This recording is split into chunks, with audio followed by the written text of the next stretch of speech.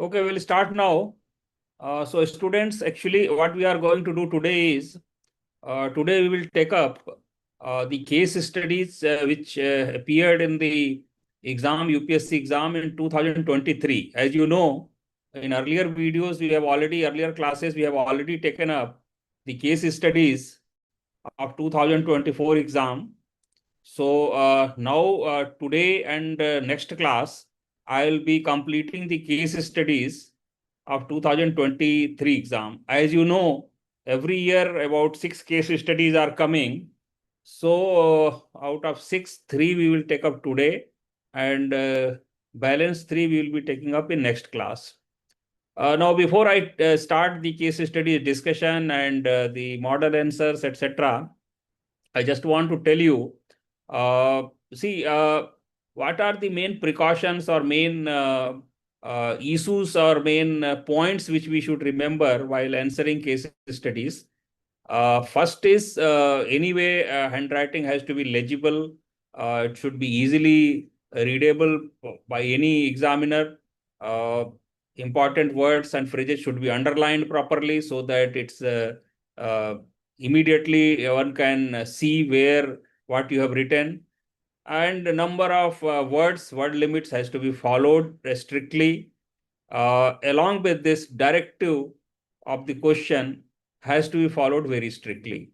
Whatever has been asked, we need to reply that only. We cannot simply tell everything what we know, because I keep on telling repeatedly in my classes, we have to be very, very careful as far as uh, reply is concerned. We have to read the questions again and again carefully, understand what is the thrust of the question, what is asked, and then actually accordingly we need to reply. Now, besides these basic things, what further we need to do is we have to justify our options uh, by quoting various ethical theories. So this is very important. Now, ethical theories, in earlier classes, I have already discussed that there are about 30 ethical theories, different kinds of ethical theories, which are applicable in different case studies. Whichever is applicable, we need to quote. And there are case studies from Western philosophy or Western ethics and from Indian ethics as well. So both we need to quote properly. So because and then sometimes legal issues are also mentioned there, asked there, administrative issues, legal issues. So those whenever those issues are asked, we need to quote various constitutional provisions, various acts and statutes which are applicable there. And also, we need to further maybe some Supreme Court cases which are applicable there. So all those things also we need to refer. So unless proper referencing is there, proper thinkers are quoted, proper ethical theorists are quoted, ethical theories are quoted, will not get the good marks. So with this introduction, now let me try to explain what was the case studies asked in 2023, and what can be the model answers for that. As you know, every year, first 6 questions are in part A. They are theoretical questions. In part B, you will have 6 case studies from question number 7th to question number 12th. So now, today we are going to deal question 7th, 8th, and 9th. And next class, we will be dealing with the questions 10th, 11th, and 12th. And particularly in 2023, you might have already observed the paragraphs were quite, the case descriptions were quite, the question was quite long actually, roughly about 250 words, 200, even one was about 300 words also. So you have to spend the time for reading very, very carefully what is described in the case study and what are the questions asked thereof, so that we can try to reply properly. So now let us start. So this is the question. I will read it because we have to read it very, very carefully to understand what is asked. You hold a responsible position in a ministry in the government. One day in the morning, you received a call from the school of your 11-year-old son that you are required to come and meet the principal. You proceed to the school and find your son in principal's office.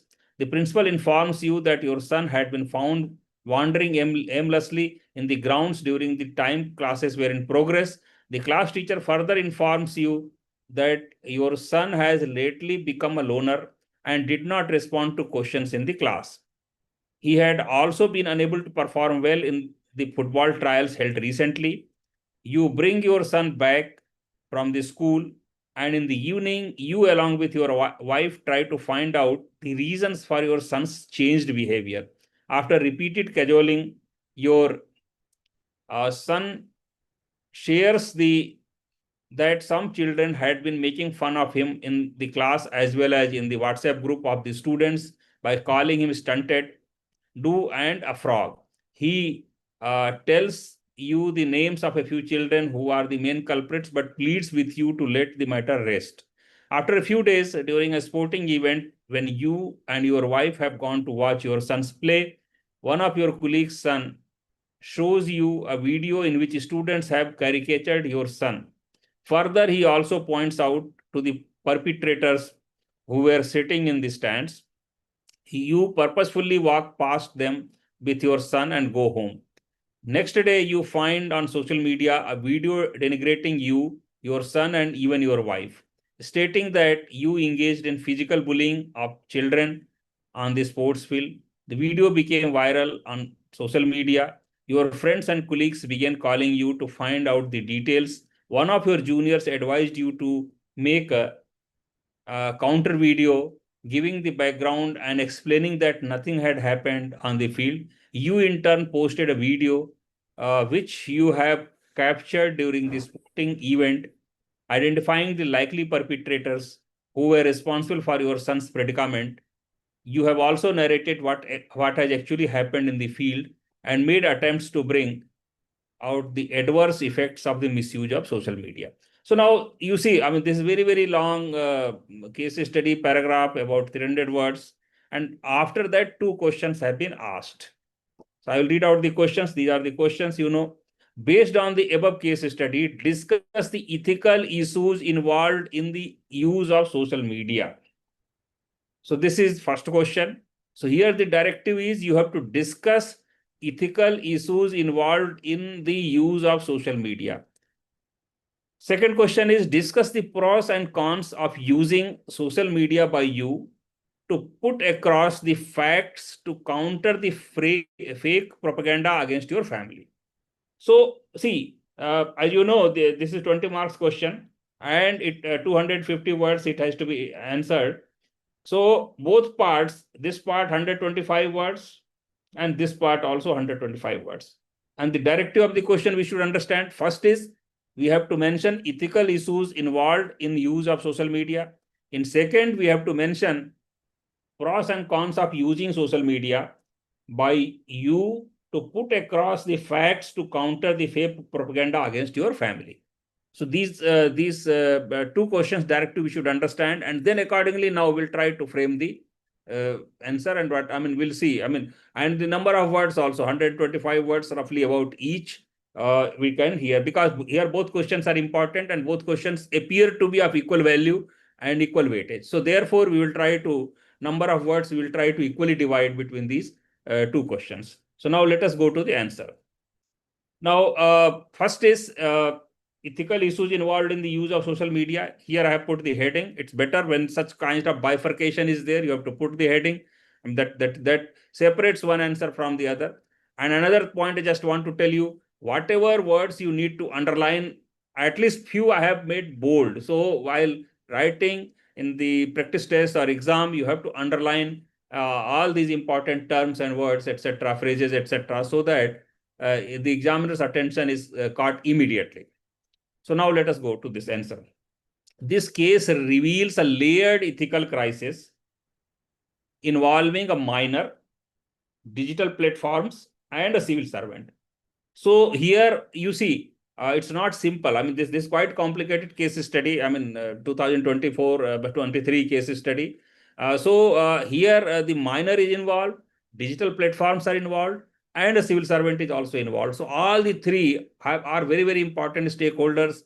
And then accordingly, now ethical issues you have to uh, uh, uh, describe in use of social media.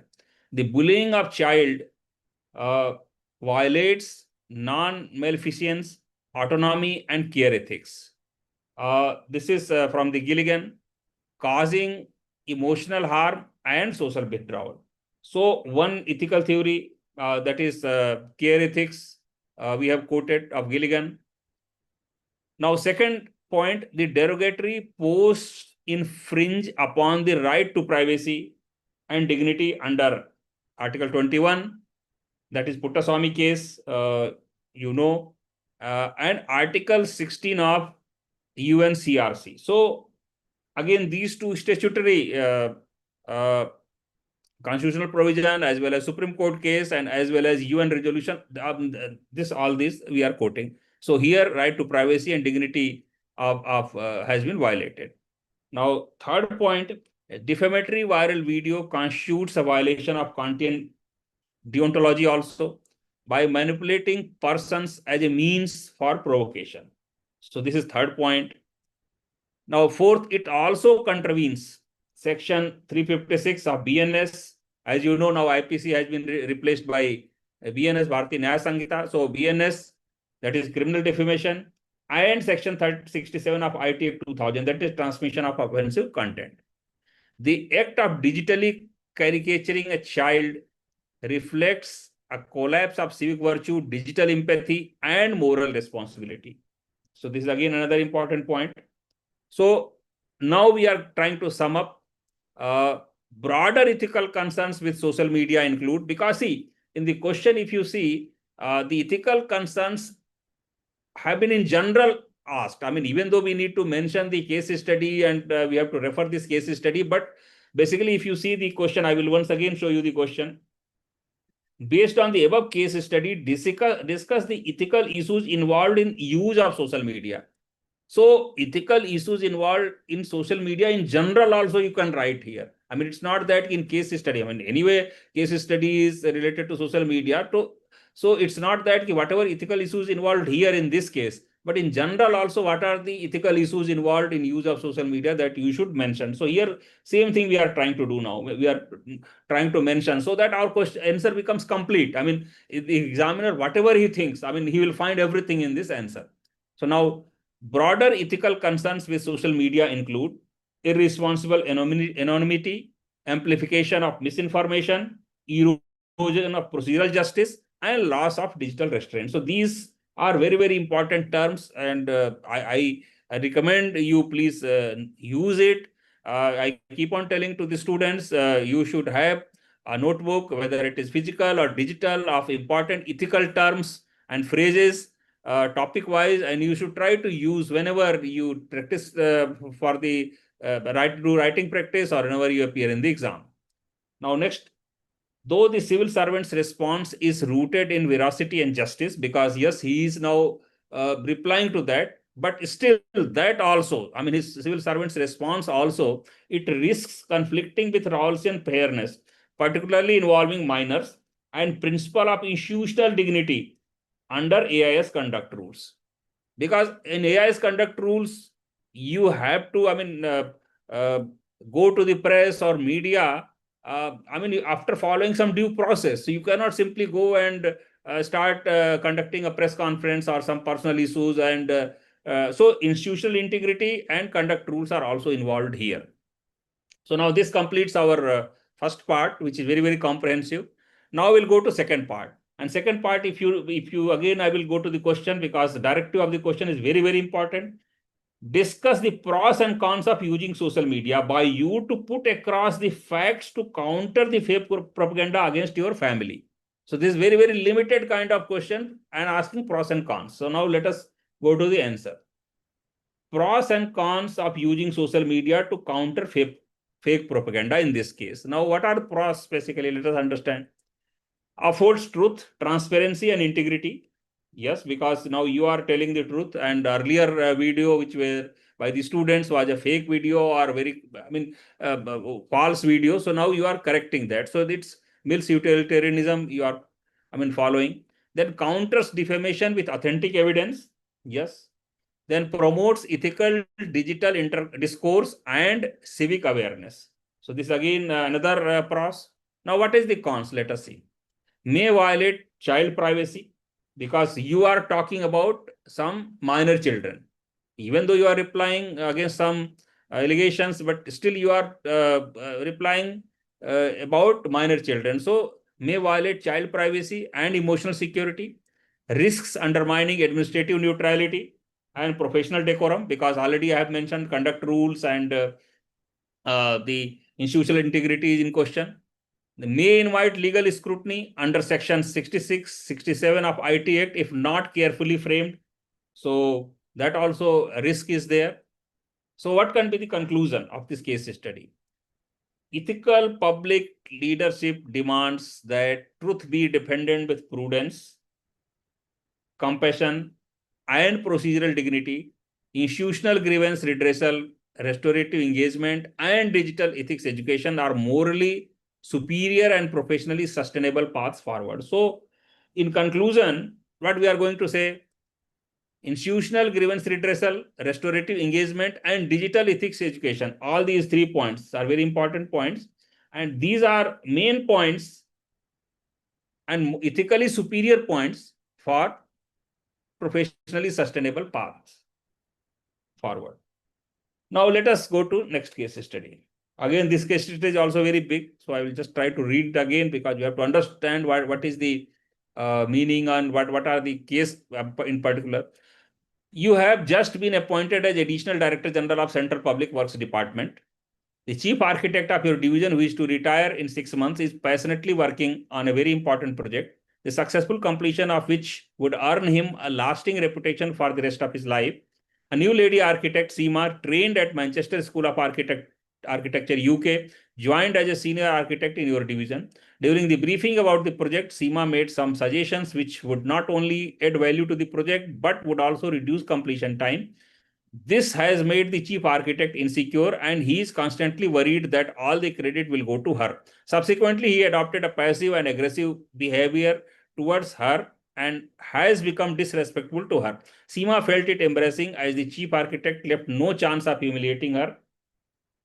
He would very often correct her in front of other colleagues and raise his voice while speaking to her. This continuous harassment has resulted in her losing confidence and self-esteem. She felt perpetually tense, anxious, and stressed. She appeared to be in awe of him since he has had a long tenure in the office and has vast experience in the area of work. You are aware of her outstanding academic credentials and career record in her previous organizations. However, you fear that this harassment may result in compromising her much needed contribution in this important project and may adversely impact her emotional well-being. You have also come to know from her peers that she is contemplating tendering resignation. So now this is the case. This again a quite long case. Reading roughly about 300 words. So these are very big. So at least 5 to 10 minutes you will have to 5 minutes you have to spend for reading this. Now, what are the questions which have been framed now? What are the ethical issues involved in the above case? So now this we have to list out what are the ethical issues. So second is, what are the options available to you in order to complete the project as well as to retain Seema in the organization? So this is second. Third is, what would be your response to Seema's predicament? What measures would you institute to prevent such occurrences from happening in your organization? So basically, if you see, there are 4 questions. Even though there are 3 parts, but because C part contains 2 questions. So basically, if you divide these 3 parts A, B, C in 250 words, so roughly about 80, 85 words you have to answer each part. So that should be our target. And in C part, you have to again in 85 words or 90 words, maybe 40 to 45 words will be what would be your response to Seema's predicament and what measures would you institute to prevent such occurrences from happening in your organization. So basically, the parts are quite clear and the question is quite clear and our answer also should address to these directives. So now let us go to the answer. So first question, as you know, is what are the ethical issues involved? So first we will try to, in about 80 to 90 words, we will try to answer what are the ethical issues involved. The case reveals systemic ethical breaches, abuse of hierarchical authority, insecurity-driven exclusion of merit, and erosion of workplace dignity. Chief architect's conduct violates Kantian deontology, disrespecting SEMA as an autonomous moral agent, Rawlsian fairness, and Carol Gilligan's ethics of care, undermining both organizational justice and institutional trust. His behavior potentially breaches sexual harassment of women at workplace. So this is again important point, which includes hostile environment and verbal humiliation. Then again, Article 21 of the Constitution, that is right to life and dignity, held in Vishaka versus State of Rajasthan case, 1997. Then Rule 3.1 of Central Civil Service Conduct Rule. So this also is breached by this thing. So these are various ethical and related legal issues involved in this case.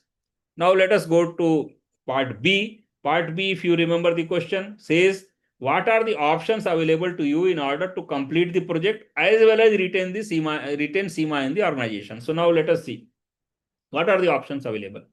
Initiate a restorative dialogue to uphold dignity while offering corrective space. So this we have to do. Assign SEMA a functionally autonomous role with visibility and recognition. Third point, reallocate project responsibilities to reduce friction and promote collaboration. Fourth point, launch a preliminary inquiry to assess if conduct crosses the threshold of misconduct, because this has to be done, because if some women is harassed in the organization, there is a process, laid down process. So this also needs to be done, because this will build up confidence in the concerned officer who has been harassed. If confirmed, refer the matter to Internal Complaints Committee, ICC, under Sexual Harassment Act, and initiate departmental disciplinary proceedings under civil service classification and control rules. Provide SEMA with psychosocial support and structured mentorship to retain the talent. So these are various options available and a course of action also. Now, C part, what will be the response and preventive measures? So first, let us see response. I would affirm SEMA's merit, ensure her protection, and if misconduct is substantiated, initiate formal disciplinary action irrespective of seniority. Because even though the senior architect or the chief architect is very senior, but still, if he has violated the discipline, he has done something unbecoming of an officer, action has to be taken. Now, what are the preventive steps so that it's not, there's no recurrence of such kind of events? Strengthen internal complaints committee. This is first point. Second, institutionalize gender sensitization and ethical leadership training. Third, create autonomous grievance redressal mechanisms. Fourth, foster a culture rooted in professional virtue, procedural fairness, and inclusive governance. So all the points which are very, very important from ethical perspective have been mentioned. Now we'll go to next case study. This is again a very long case study. We'll again try to read and understand. This third case study we are taking up today. Vinod is an honest and sincere IS officer. Recently, he has taken over as managing director of the State Road Transport Corporation, his sixth transfer in the past 3 years. His peers acknowledge his vast knowledge, affability, and uprightness. The chairman of State Road Transport Corporation is a powerful politician and is very close to Chief Minister. Vinod comes to know about many alleged irregularities of the corporation and the high-handedness of the chairman in financial matters. A board member of the corporation belonging to the opposition party meets Vinod and hands over a few documents along with a video recording in which the chairman appears to be demanding bribes for placing a huge order for the supply of QMR tires. Vinod recollects the chairman expediting clearing of pending bills of QMR tires. Vinod confronts the board member as to why he is shying away from exposing the chairman with the so-called solid proof he has with him. The member informs him that the chairman refuses to yield to his threats. He adds that Vinod may earn recognition and public support if he himself exposes the chairman. Further, he tells Vinod that once his party comes to power, Vinod's professional growth would be assured. Vinod is aware that he may be penalized if he exposes the chairman and may further be transferred to a distant place. He knows that the opposition party stands a better chance of coming to power in the forthcoming elections. However, he also realizes that the board member is trying to use him for his own political gains. So now this is a very, very real kind of situation, and these kind of situations do happen in field. I myself experienced so many times, and almost most of the bureaucrats, civil servants who work for 20, 30 years, they will be going through this process. So now let us see in this kind of real case study or situation, what are the questions which have been framed. First is, as a conscientious civil servant, evaluate the options available to Vinod. So this is very, simple options you have to tell. Second is, in the light of above case, comment on the ethical issues that may arise due to politicization of bureaucracy. Now, this is a general kind of question now has been asked. Ethical issues that may arise due to politicization of bureaucracy. So even though we have to quote this case reference, but general, this will be a general answer. So now, again, both a part A and part B has to be replied in about 125 words each. So this is the first, and this is a 20 marks question. So as you know, 10 marks, 10 marks, so the two parts. So now let us see what can be the answer. Now, first part is options available to Vinod. Vinod faces a conflict between constitutional obligation, that is constitutional morality, and political enticement. His options include reporting internally to the chief secretary or vigilance commissioner or commission to trigger an impartial inquiry, because he has come to know certain things which are very, very illegal or irregular or criminal. So he cannot keep quiet. So he has to report. Second, filing a protected disclosure under the Whistleblowers Protection Act 2024 to ensure anonymity. So this is again second option. Third option, refusing to collaborate with opposition member as it violates content deontology, which forbids using individuals as instruments for political ends. Fourth option, preserving records and initiating an internal audit consistent with Mill's utilitarianism to minimize systemic harm. Fifth, seeking institutional advice, that is from Lokayukta, to avoid politicization and preserve ethical legitimacy. So these are various options. Now, just conclusion in this part, Vinod must act as per Max Weber's rational legal model, emphasizing bureaucratic neutrality. As a civil servant, he is bound by Dr. Ambedkar's constitutional morality. His allegiance lies with law and public interest, not political power. By acting lawfully, Vinod affirms institutional integrity and moral courage. So this completes in about 125 words, this part A. Now let us see part B. Ethical issues, arising from politicization of bureaucracy. Now this we have to see this case study, and in general also we have to answer. Politicization erodes ethical autonomy. This is first point, and transforms impartial administrators into instruments of partisan will. It enables conflict of interest, suppresses moral agency, and weakens institutional trust. Max Weber's ideal of impersonal rule, because Max Weber, as you know, he has written a huge, writings is on bureaucracy. So Max Weber's ideal of impersonal rule collapses when loyalty replaces legality. Then another thinker, Friedrichs, termed this administrative fusion, where personal political networks override public accountability. It violates Rawlsian fairness also, and it also undermines Gilligan's care ethics and demoralizes honest officers. Merit is displaced by patronage, leading to ethical inertia. Then again, we are quoting Ambedkar also. Ambedkar warned that without constitutional morality, institutions hollow out from within. A politicized bureaucracy no longer serves democracy, it merely survives it. Reclaiming neutrality is thus not just ethical, but essential to sustaining governance legitimacy.